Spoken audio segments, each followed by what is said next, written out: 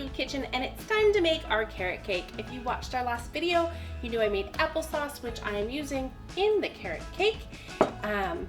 Carrot cake, ooh, it's been around for a long time. But 1830s is the last known recipe for it that I'm aware of. I always like to disclaimer that because somebody's going to be typing down in the comments that says, oh no, it's been this and that and that. I don't know everything. The carrots are what take the longest because you have to shred them. And of course, you can go buy pre-shredded carrots. I'm willing to bet that there's some sort of something they were soaked in to keep them looking pretty in the bag. So I am going to process my own as usual. However, also as usual, I am not shaming anybody for their choices. So if you want to go buy a bag, go buy a bag. Just make sure that there's 3 cups worth because that's what you need for this recipe. And before I shred them, I do want to peel that outer layer off. I have washed them, but I am still going to peel it. It's just a childhood thing for me. I always remember my mom peeling the carrots. Did you guys know that baby carrots isn't actually a thing? No? The baby carrots that you buy in the store, those are just the carrots that didn't make the cut for being a whole carrot to be sold. So they came up with baby carrots, and they'll just trim them and they get peeled and shaped as a baby carrot. It's not actually a baby carrot. So just a fun fact for you.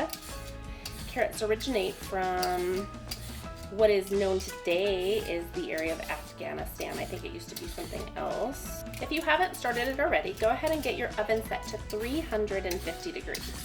All right, here we go. I need 3 cups of shredded carrots.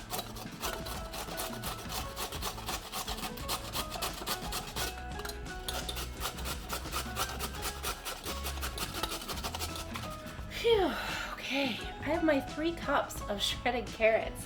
That took a minute and a little arm workout. If you have a food processor, you can do it that way too. That's much faster.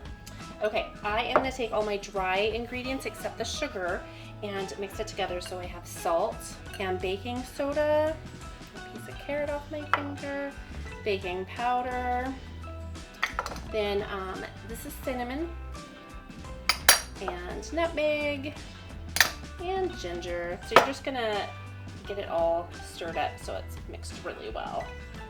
Get all those dry ingredients combined. And then we're just gonna set it aside. Okay, that's done. Up next, I'm going to take my bigger bowl, put in 4 room temperature eggs. We've talked about this before. If you've watched, you know why we're doing room temperature eggs. And if you're new, we do room temperature eggs because of the baking happens more evenly if your ingredients are all room temperature. Now I want to add in my applesauce, and this is the applesauce that I made in the last video. I'll put a link to that down below. Look at that, isn't it beautiful? It's just, it just smells good. There's something about fresh homemade everything that I just love. So 1 1/4 cup of our homemade applesauce. If you do store-bought applesauce, buy the unsweetened and unflavored is what you're gonna look for. There we go.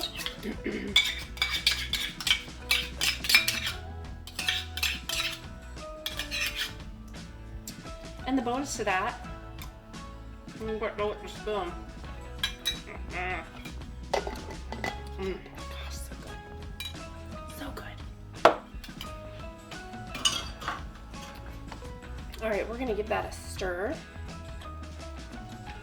And then we will go ahead and add in 1 tablespoon of pure vanilla extract. Never imitation.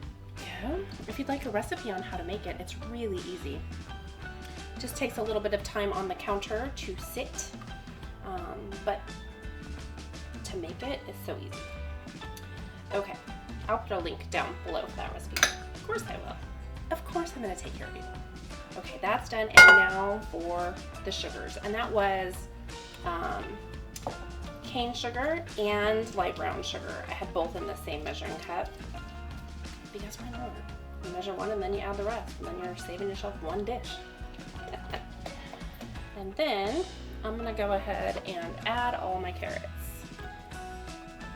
Once your carrots are done and your applesauce, if you're making it, is done, this goes pretty quickly. You can do this in 2 round 9-inch baking pans. I am going to make large cupcakes. You can do it in small cupcakes. The only thing that changes is your baking time. Okay, now we need to add our flour mixture in that has all of our seasonings. And same thing, we're just gonna mix it together. And then once we finish that, we will prep our pan with some cooking spray, or you can coat each cup with butter. Same thing if you're using a baking round.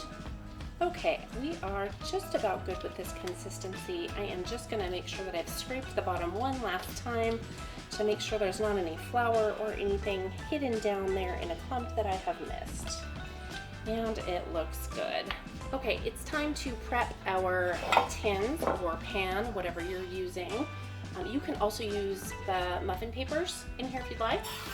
This one time I'm not gonna do that. I am just going to spray them really well with my avocado oil. You can use coconut oil. You can use butter. Just take a cold butter stick and rub it all over there. That works really well too. Okay, that's good. I will probably need a second muffin tin, but I'm gonna have to use a smaller one. I'm gonna spoon these in here. If I had a different bowl, I'd just pour it 2/3 full.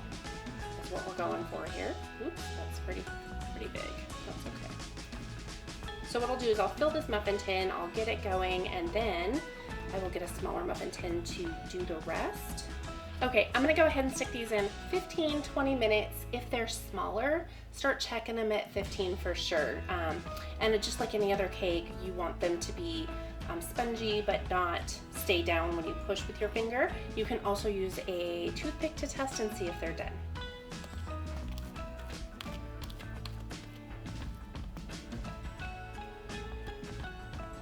Okay, and I did one round cake, so that one's gonna bake a little longer. Set it on the bottom rack in my little oven over here. We're gonna bake that one for about 30 minutes or so.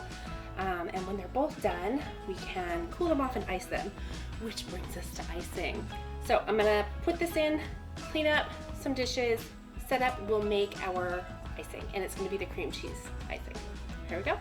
Okay, we have 1 8-ounce pack of cream cheese, room temperature. Same thing, 1 stick of unsalted butter, room temperature. That's a 1/2 cup. And then I'm going to add more of the vanilla extract. We're gonna do 1 full tablespoon. I like a lot of vanilla extract. A lot of recipes call for 1 teaspoon. So if it's too much for you, just back it off to 1 teaspoon instead of 1 tablespoon. Okay, and then I have 2 cups of powdered sugar. It's a lot of sugar. But this is dessert and it happens to be a birthday cake, so here we go.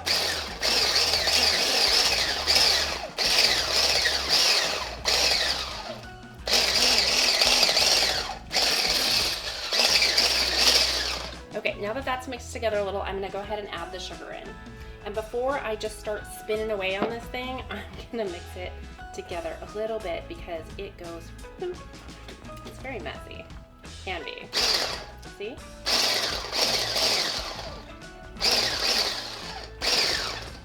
I could have used a bigger bowl with higher sides, but I didn't. I don't know why.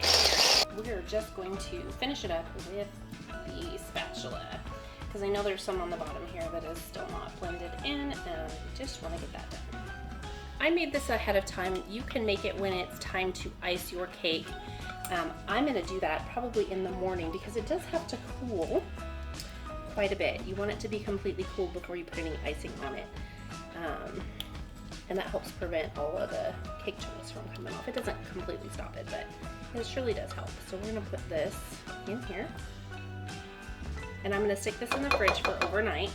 Okay, took these out. They look and smell really good. So what I wanna do, it's still really hot because I literally just took them out. I'm gonna let these cool for about 20 minutes in the tin. Then I'm going to take them out and put them on a wire rack to cool until they are completely cool. In this case, I'll put it in the fridge overnight, then I'll take it back out and we will ice them in the morning.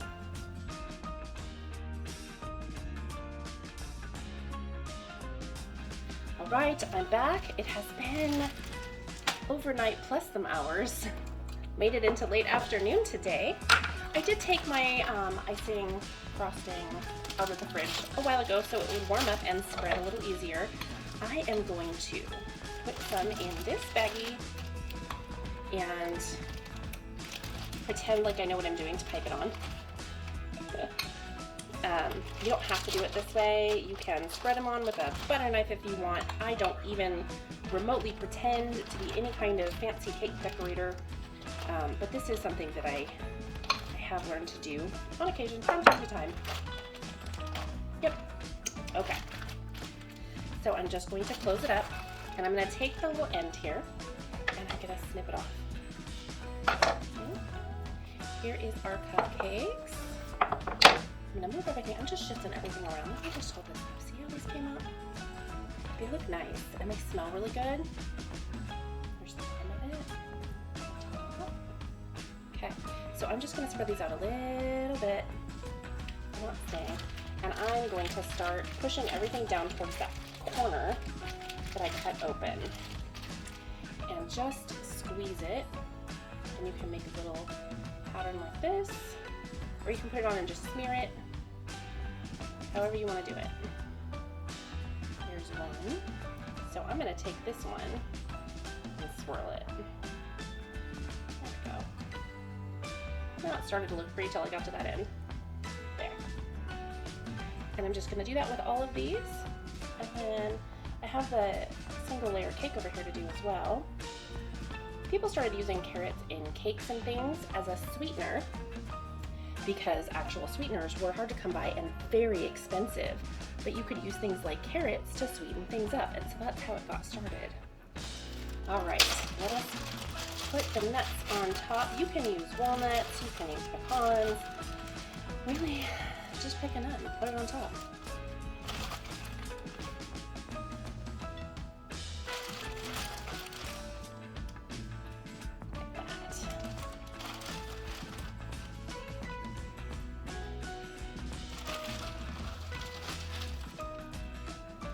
Okay, there's the cake. So we have the cupcakes with no nuts and the cake with nuts, and they look amazing. I don't know which one to eat. I know I always get a fork and a plate, but I think for today,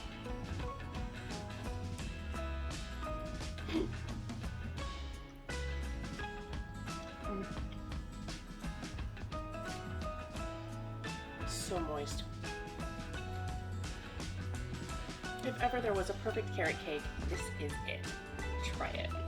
From my kitchen to yours, let's make food from food. That's one boy puppy.